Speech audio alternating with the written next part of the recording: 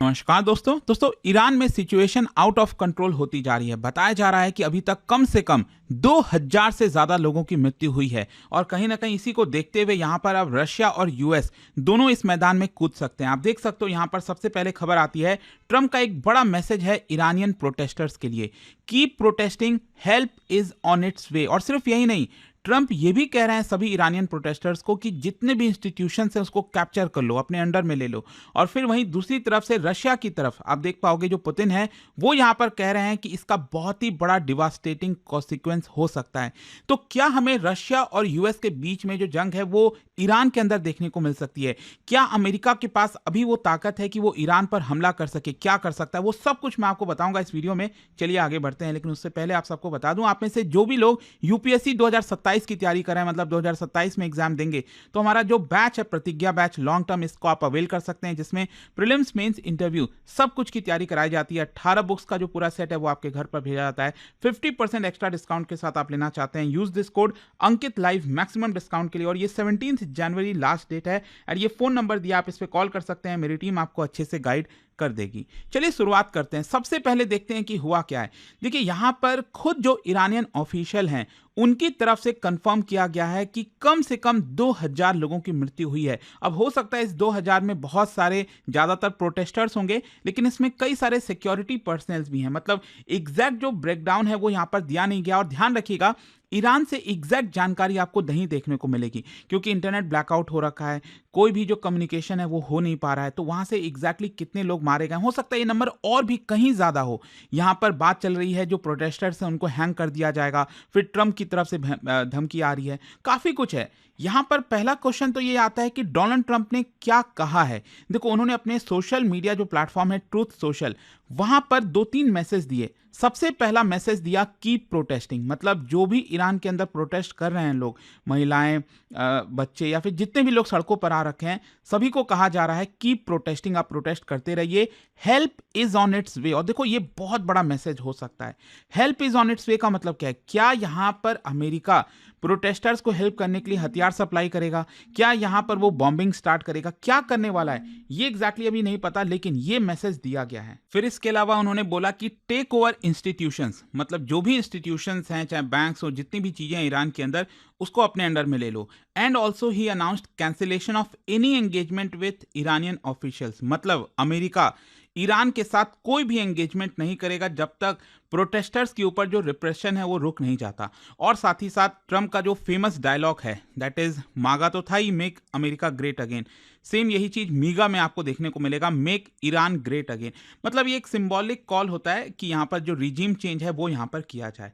अच्छा, ये इतना एक्स्ट्रॉर्डनरी क्यों है? क्योंकि कोई भी सिटिंग यूएस प्रेसिडेंट, देखो भले ही बैकग्राउंड में कितना कुछ चल रहा हो, लेकिन डायरेक्टली किसी दूसरे देश के अंदर वहाँ के जो सिटीजन्स हैं उनको एनकरेज नहीं किया गया कि यहाँ पर आप अपने गवर्नमेंट को चैलेंज करो, पब्लिकली यहाँ पर इंस्टीट्यूशनल टेक ओवर करने की बात। तो ये बहुत ही रेयर आपको देखने को मिलता है जो कि डोनाल्ड ट्रंप इस समय कर रहे हैं। अच्छा, यहाँ पर मैं आपको ये भी बता दूं कि ईरान के अंदर जो प्रोटेस्ट चल रहा है वो देखो क्या हुआ था ना, ज्यादातर अभी जो स्पार्क हुआ था it was mainly economic protest. मतलब यहाँ पर जो इकोनॉमिक सिचुएशन है ईरान के अंदर, अनएम्प्लॉयमेंट, जिस तरह से करेंसी डिप्लीट हो गई है, तो इसको देखते हुए धीरे धीरे जो प्रोटेस्ट बढ़ा, लोगों को समझ में आया कि ये एंटी रिजीम डेमोन्स्ट्रेशन करना होगा, मतलब जो रिजीम के खिलाफ है उसकी तरफ कहीं ना कहीं जो पूरा प्रोटेस्ट है वो चला गया। जो स्लोगन्स है वो डायरेक्टली सुप्रीम लीडर के खिलाफ लगाए जाने लग गए। यहाँ पर आपने देखा होगा कई तस्वीरें वायरल हो रही थी जहाँ पर जो महिलाएं हैं ईरान के अंदर वो सिगरेट के थ्रू सुप्रीम लीडर का जो फोटो है वो जला रही थी। मतलब यहां पर जो स्टेट अथॉरिटी है उसको ऊपर डायरेक्ट चैलेंज किया गया वहां के प्रोटेस्टर्स के द्वारा। और जो सिक्योरिटी फोर्सेस इसमें जो रिप्रेशन कर रहे हैं, यहां पर जिस तरह से प्रोटेस्टर्स को हटा रहे हैं, पुलिस हो गई, रेवोल्यूशनरी गार्ड हो गए, मसीज मिलिशिया हो गए, ये सब मिलकर यहां पर एक प्रकार से हटाने की कोशिश कर रहे हैं। और हंड्रेड्स ऑफ लोग, मतलब अब तो नंबर सामने आ रहे हैं, 2000 से ज्यादा लोग मारे जा चुके हैं, थाउजेंड्स ऑफ लोग अरेस्ट ऑलरेडी किए जा चुके हैं। अब क्या है कि ये सारे सिचुएशन में ईरान की जो अथॉरिटीज हैं उन्होंने डायरेक्टली फॉरेन इंटरफेरेंस का आरोप लगाया है कि यूएस ये सारी चीजें करा रहा है। यहां पर जो प्रोटेस्ट जितनी भी चीजें चल रही हैं इट इज एक्सटर्नली स्पॉन्सर्ड, और यहां पर रिटेलिएशन की वार्निंग दे दी है ईरान की अथॉरिटीज ने। बेसिकली एक नैरेटिव बनाने की कोशिश की जा रही है कि this is western backed attempt to break Iran, Iran को तोड़ने की कोशिश हो रही है। और यहां पर ये जो हेल्प है जो डोनाल्ड ट्रंप बात कर रहे हैं कि ईरान के प्रोटेस्टर्स को देंगे, वो अगेन अपने ही लोगों को मारने की कोशिश कर रहे हैं। तो बेसिकली क्या है ना, ईरान एक प्रकार से एक नैरेटिव बनाने की कोशिश कर रहा है ताकि वहाँ पर जो क्रैकडाउन है प्रोटेस्टर्स के ऊपर उसको जस्टिफाई कर सके।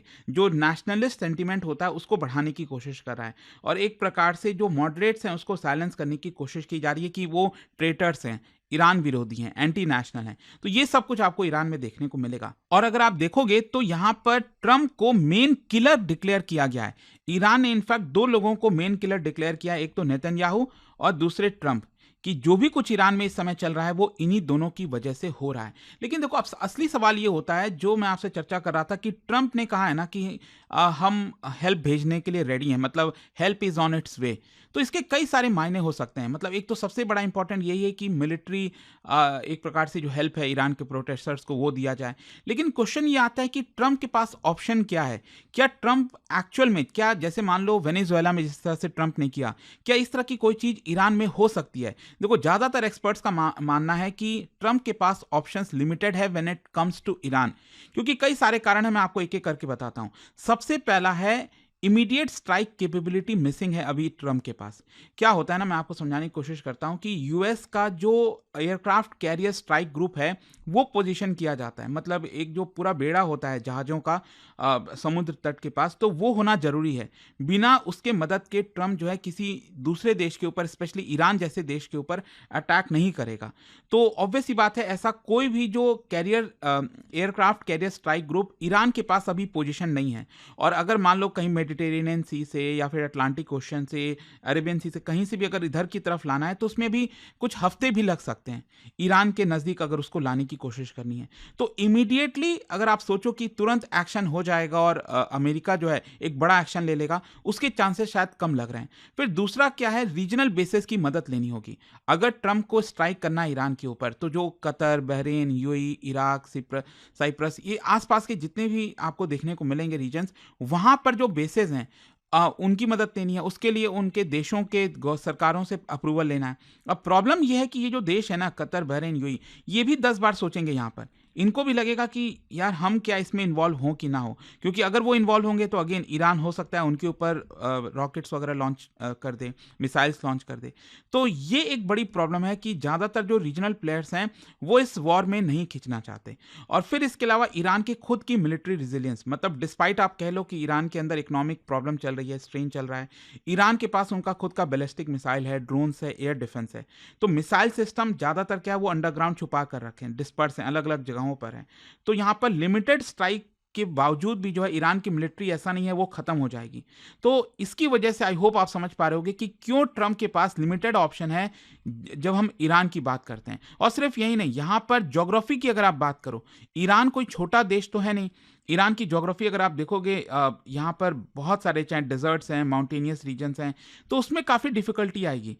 यहाँ पर जो मेजर सिटीज़ हैं जहाँ पर प्रोटेस्ट हो रहा है, अब आप खुद सोच के देखो, अगर कल के डेट में यूएस जो है वो बॉम्बिंग करना स्टार्ट करता है, तो अल्टीमेटली इससे जो प्रोटेस्टर्स हैं उनकी भी तो कैजुअलिटीज़ हो सकती हैं, सिविलियंस की भी डेथ हो सकती है, जिसकी वजह से अंडरमाइन हो सकता है पूरा प्रोटेस्ट। जो रिजीम प्रोपेगेंडा है वो भी कहीं ना कहीं लेजिटिमाइज हो सकता है। जो ईरान के लोग हैं वो अल्टीमेटली फिर सुप्रीम लीडर के साथ चले जाएंगे कि देखो अमेरिका हमारे खिलाफ जा रहा है, वो बॉम्बिंग कर रहा है। तो बहुत मुश्किल है यहाँ पर ईरान में। आप बाकी दुनिया में जो चीज़ें की हो वो एक अलग बात है, छोटे छोटे देश के ऊपर वहाँ पर कर देना अटैक, वहाँ के किसी लीडर को किडनैप करके ले आना, लेकिन वो चीज़ आप ईरान के साथ कर पाओ ये आसान नहीं होगा। और इसीलिए अगर आप देखोगे अमेरिका ने, ट्रंप ने ये जो हेल्प की बात की कि हम हेल्प भेज रहे हैं, इट्स ऑन वे, तो उसके बाद रशिया की तरफ से वार्निंग आई है डिजास्टर्स कॉन्सिक्वेंस की। रशिया का मेन कंसर्न क्या है, देखो एक तो क्या है, रशिया का ये मानना है कि यूएस जब भी सपोर्ट करता है किसी प्रोटेस्ट को, उसके जस्ट बाद अगर आप देखोगे तो मिलिट्री इंटरवेंशन करता है। चाहे आप इराक की बात करो, लीबिया की बात करो, सीरिया, यूक्रेन, हर जगह ये पैटर्न आपको देखने को मिलेगा। तो अगर ईरान गिरता है, ईरान फॉल होता है, तो रशिया को डर है कि उसका जो स्ट्रैटेजिक अलाई है वो लूज हो सकता है।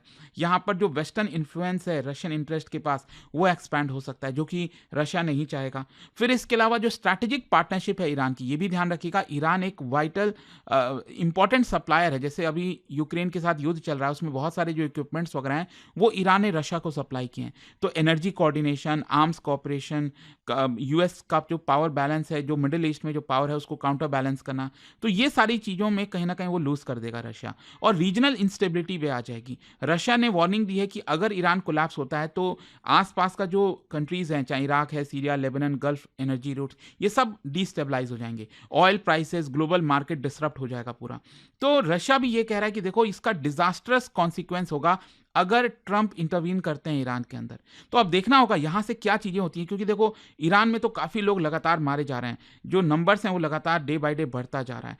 ट्रंप क्या करेंगे, फिर उसके बाद रशिया क्या करेगा, कई सारे इफ्स एंड बट्स हैं। बट आई होप कि इस वीडियो के थ्रू आपको एक समझ में आई होंगी चीजें हो क्या रहा है। और जाने से पहले एक बहुत ही इंटरेस्टिंग क्वेश्चन, देखो ईरान के अंदर सबसे लॉन्गेस्ट और नेविगेबल रिवर कौन सा है, इसमें से आपको बताना है। और इसका जो राइट आंसर है आप सब जानते हैं, मेरे इंस्टाग्राम पर तो मिलेगा ही, वहां पर अगर आप नहीं हो कोई बात नहीं, टेलीग्राम से ले सकते हैं इसका सही उत्तर। और दोस्तों जैसा मैंने आपको बताया, अगर आप यूपीएससी की तैयारी कर रहे हैं, कोई भी बैच चाहते हैं, आपको बस यूज करना है ये कोड अंकित लाइव मैक्सिमम डिस्काउंट के लिए। और ये फोन नंबर है, यहाँ पर आप कॉल कर सकते हैं, मेरी टीम आपको अच्छे से गाइड कर देगी। स्टडी IQ IAS, आपका सिलेक्शन